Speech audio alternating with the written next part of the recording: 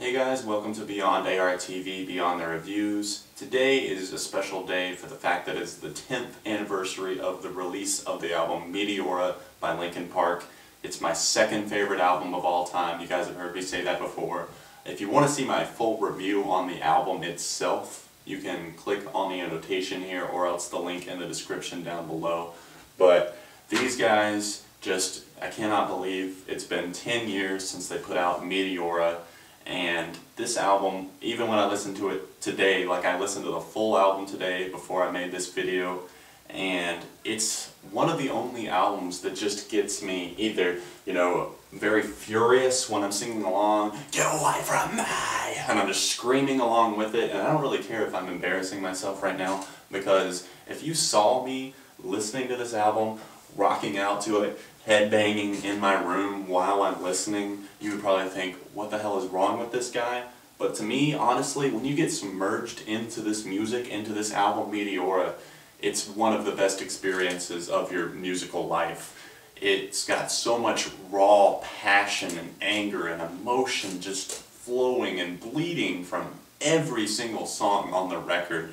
And I love the way that it brought more electronic sounds into the forefront of what alternative and rock music is now at present day. Linkin Park started that revolution, and songs like Somewhere I Belong, Breaking the Habit just really formed my musical taste so much from the first time I ever heard Linkin Park.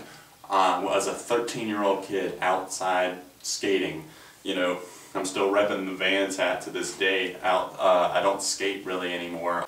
Skating was a big thing for me back in the day, and listening to music out on the boombox while we were skating with my friends was a huge thing as well. And my friend Philip, at the time, he was really into Linkin Park, and he put on Meteora, and I remember hearing that first song, Forward, of the glass breaking, and I'm like, what is this? And then Don't Stay crashes in, and I was just like, what is this? Where do I get it? Where can I get a copy? He ended up burning a copy of the album for me eventually, and I was just amazed at just the tracks on this album, how much I could relate to so much of the content lyrically and just musically. It was heavy, hard-hitting, and emotional, and it had all these new sounds I had never heard before. The turntable scratching from Joe, and just Chester and Mike's exchanging of the vocal parts and the rapping.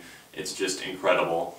I can pretty much sing or rap along to any song on this record at the top of my lungs, throw my voice out, and I don't care, because it means that much to me, and this album is just amazing and perfection. Second favorite album of all time, like I said, very, very, very close to American Idiot, which is my #1 favorite of all time by Green Day. But what do you guys think of Meteora? Just take a moment to remember this classic album. 10 years ago today it was released, March 25th, 2003.